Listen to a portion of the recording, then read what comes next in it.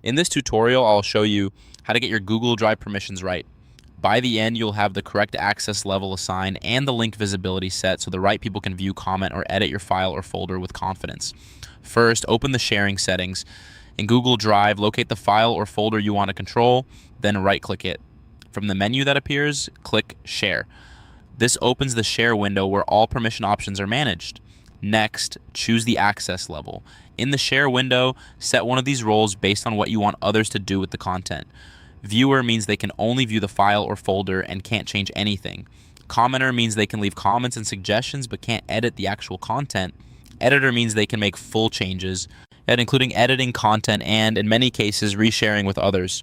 Select the role that matches the level of control you want to grant. If you're unsure, start with viewer to keep the file protected and move up only when someone truly needs more access.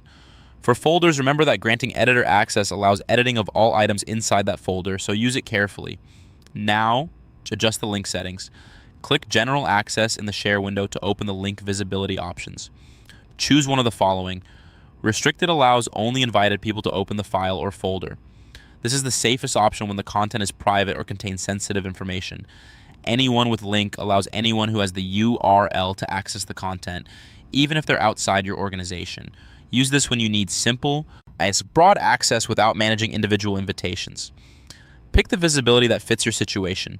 If you set anyone with link, the role you selected earlier, viewer, commenter, or editor, determines what people can do once they open the link. When sharing publicly or with large groups, viewer is usually the best default to prevent accidental edits. If collaboration is required, commenter allows feedback without changing the original content. Choose editor only when you trust recipients to modify the file or folder. At this point, take a moment to confirm what you see on screen. Under General Access, you should see either Restricted or Anyone with Link, and directly beside it, the access level you selected. This combination controls both who can get in and what they can do once they're in. If you're managing a folder, let's double check that the chosen level aligns with how you want people to interact with everything inside that folder. For sensitive or important documents, keeping it restricted and using viewer or commenter helps avoid unwanted changes. Once that's done, your permissions are applied immediately. You can keep the share window open to review or close it and continue working. If you ever need to tighten or loosen access, repeat these exact steps. Right-click the file or folder, click Share, set the correct access level, then adjust general access as needed.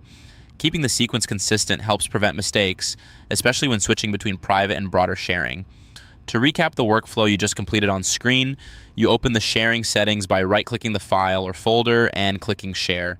You selected the correct access level, viewer, commenter, or editor based on what others should be able to do, and you adjusted link visibility and general access to either restricted or anyone with link.